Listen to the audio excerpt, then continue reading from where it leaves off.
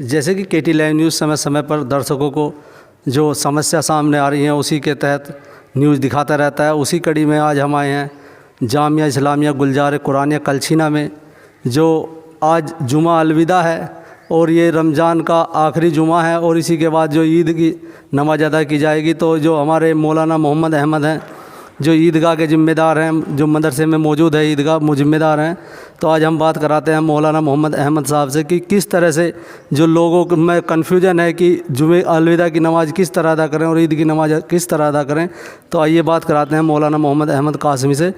مولانا، جو یہ جمعہ الوداع ہے اس کی نماز ہمارے جو لوگ مسلم لوگ ہیں وہ کس طرح سے ادا کریں گے؟ دیکھیے، جمعے کی نماز اس سے پہلے ادا کی جا رہی تھی، اور حکومت کے قانون کے پالن کرتے ہوئے کہ 5 آدمی سے زیادہ نہ ہوں.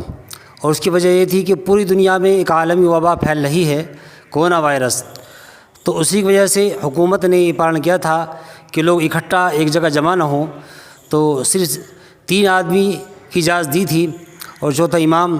تو اسی اعتبار سے الوداع کی جمعہ کی نماز بھی ادا کی جائے گی.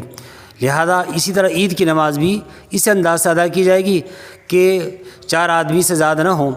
تو بہرحال یہ اسلام کا ایک نظام بھی ہے کہ آدمی جب اس طرح کی وبا پھیلے تو زیادہ اکٹھے نہ ہوں آدمی، اور اپنی اپنی جگہ قیام پذیر رہیں اور اپنے مقام پر رہیں.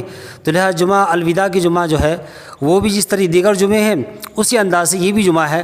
عام طور سے ہمارے معاشرے میں، ہمارے سماج میں الوداع جمعے کو زیادہ اہمیت سمجھا جاتا ہے، حالانکہ جمعے کی رمضان مبارک کے جو دیگر جمعے ہیں اسی انداز سے یہ بھی ایک جمعہ ہے. تو بہرحال تو جمعے کی نماز بھی اسی انداز سے ادا کرنی جس سے پہلے ہم ادا کر رہے تھے جمعے کی نماز. اور عید کی نماز بھی اسی انداز سے ادا کی جائے گی.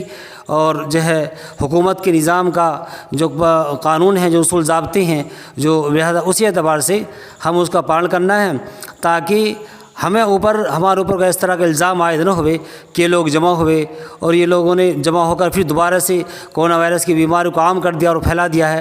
بہرحال یہ ایک عالمی وبا ہے اور اس کو گویا کہ سبھی کو گویا کہ اس میں احتیاط کرنی ہے. جس سبھی احتیاط کریں گے تو یہ وبا انشاءاللہ ختم ہو جائے گی. اللہ تعالیٰ سے دعا ہے کہ اللہ تبارک و تعالیٰ رمضان مبارک کی برکت سے اور الوداع جمعہ کی برکت سے اس کی گویا کہ ختم ہو جاوے. اور مسلمان امت کا ہی پیغام ہے مسلمانوں کے لیے کہ وہ جو ہے اس سلسلے میں خاص طور سے گویا کہ دعاؤں کا اہتمام کریں الوداع کی جمعے کی نماز کے بعد بھی، اور یوں بھی گویا کہ دعاؤں کا اہتمام کریں تاکہ یہ وبا ختم ہو جاوے. لہذا یہ وبا عام طور سے جو آ رہی ہے یہ فحاشی اور رانیت کی وجہ سے، اور جو انسان جب برے کام زیادہ کرنے لگتے ہیں، جب پاپ زیادہ کرنے لگتے ہیں تو اس وجہ سے اللہ تعالیٰ کی ناراضگی بڑھ جاتی ہے. جب اللہ تعالیٰ ناراض ہوتے ہیں تو اس طرح کی وبائیں گویا کہ اب سے پہلے بھی آئی ہیں. لہٰذا اسی طریقے سے وبا رہی ہے کہ آج 14 سال کے بعد میں جب سے اسلام آیا ہے، لہٰذا اس کے بعد میں آج پہلی بار اس طریقے سے ہو رہا ہے کہ عید کی نماز گویا کہ گھروں میں ادا کی جائے گی، اور تنہا گویا کہ 3 4 آدمی گویا کہ ادا کریں گے. اگر کوئی شخص عید کی نماز گویا کہ نہ پا سکے تو اس کو چاہیے کہ چارش کی نمازوں پڑھ لے. تو بہرحال یہ ہے کہ انسان ہم سبھی کو چاہیے کہ اس کا گویا کہ پالن کریں، اکٹھے نہ ہوں، اجتماع نہ ہو، اور جو حکومت جس انداز سے گویا کہ ہم کو کہے اسی اعتبار سے ہم کو سب کو چاہیے کہ اس کا پالن کریں. جو نماز پڑھنے کا طریقہ ہوگا جیسے عموماً ہم پڑھتے ہیں اسی طریقے سے ہوگا یا کچھ اور اس میں رد و بدل ہو سکتی ہے؟ عید کی نماز کی جو ترکیب ہے وہ تو اسی انداز سے ادا کی جائے گی. بہرحال جس کا ایک نظام ہے، 6 تکبیرات ہیں جو کو زوائد کہا جاتا ہے، اس کو اسی انداز سے گویا کہ ادا کیا جائے گا، اس کو پڑھا جائے گا. البتہ یہ ہے کہ بھیڑ جو ہے جمع نہ ہو، بس 4 5 آدمی گویا کہ نماز پڑھیں گے، زیادہ بھیڑ جمع نہ ہو. اور اس کے طریقہ کار جو ہے، اور عید کی نماز کا جو وقت ہے وہ صبح گویا کہ 6 بجے سے، اس وقت میں 6 بجے سے اور 12 بجے تک گویا کہ وہ رہے گا. اس درمیان میں آدمی کبھی بھی عید کی نماز کسی وقت میں گویا کہ پڑھ سکتا ہے. جیسے کہ عید کے ٹائم پہ کچھ عورتیں اور یوا جو جم گھٹا لگا کر راستوں میں پھرتے ہیں، اس کے لیے آپ کیا کہنا چاہیں گے یواؤں سے اور مہیلاؤں سے، عورتوں سے؟ ان کے لیے یہ ہے کہ وہ عید کی نماز کے بعد عام طور سے ہمارے سماج میں یہ ہے کہ وہ باہر نکلتے ہیں، کوئی کہیں جاتا ہے کوئی کہیں جاتا ہے.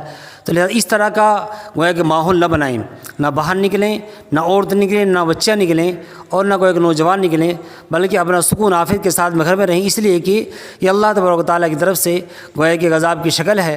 لہذا ایسے موقع پر ہم کیا شاپنگ کریں گے اور کیا گویا کہ ہم گل چھرے اڑائیں گے؟ ہمیں تو چاہیے کہ صرف اللہ تبارک و تعالیٰ کی طرف سے رجوع ہوں، اور چونکہ عید جو آتی ہے یہ رمضان مبارک کے بعد میں انعام کے طور سے گویا کہ آتی ہے، اس کو یوم الجائزہ، یوم انعام کہا جاتا ہے، انعام کا دن۔ تو انعام کا دن اسی وقت میں ہوگا جب کہ ہم گویا کہ اس کا مکمل طریقے سے پالن کریں گے، گویا کوئی گناہ نہیں کریں گے، کوئی ادھر کی باتیں نہیں کریں گے، گل چھرے نہیں اڑائیں گے۔ تو لہذا یہ پیغام ہے امت مسلمہ کے لیے کہ وہ گویا کہ اپنے گھروں میں مقیم رہیں اور ادھر نہ جائیں، نہ موٹر سائیکلوں پہ ادھر گویا کہ بھاگیں، بس اپنے نماز پڑھیں اور نماز پڑھ کر اپنے گھروں کے اندر مقیم رہیں، نہ ادھر کی دعوتوں میں جائیں۔ دعوت میں بھی بس صرف جو ہے اپنا گھر ہی کے اندر رہیں، دعوت میں جانا بھی عام طور سے گویا کہ میل ملاپ ہوتا ہے، جس کی وجہ سے بیماری ایک دوسرے کے اندر بڑھنے کا ایک شبہ رہتا ہے۔ تو اس لیے گھروں کے اندر رہیں، نہ دعوتوں میں شرکت کریں۔ چونکہ یہ بیماری ایسی ہے کہ پھیلنے والی بیماری ہے، لہذا پھیلنے والی جب بیماری ہوتی ہے اس میں یہ ہے کہ آدمی ایک دوسرے سے علیحدگی اختیار کرے، لہذا مصافحہ بھی نہ کرے، معانقہ بھی نہ کرے۔ یہ بھی حدیث شریف سے ثابت ہے کہ آدمی کہ جب اس طرح کی بیماری ہو تو مصافحہ نہ کرنا بھی سنت ہے، مصافحہ نہ کرنا بھی سنت، یہ بھی گویا کہ آپ ذہن میں رکھیں، اس طرح مصافحہ کرنا سنت ہے۔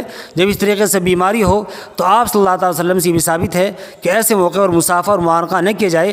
بہت سے حضرات کیونکہ عید کے موقع پر ایسے کیا جاتا ہے کہ معانقہ کرتے ہیں، مصافحہ کرتے ہیں، حالانکہ وہی رہتے ہیں لوگ، لیکن عید کے موقع پر بہت سے لوگ ضروری سمجھتے ہیں، نہ یہ ضروری ہے، اور خاص طور جب یہ بیماری چلی ہوئی ہے تو ایسے موقع پر تو اور زیادہ ضروری ہے کہ ہم علیحدگی اختیار کریں، بس زبان سے دور مصافحہ نہ کریں، سلام کر لیں صرف۔ تو یہ تھے ہمارے مولانا محمد احمد قاسمی، محتمم جامعہ اسلامیہ گلزار قرآنیہ کلچھینا۔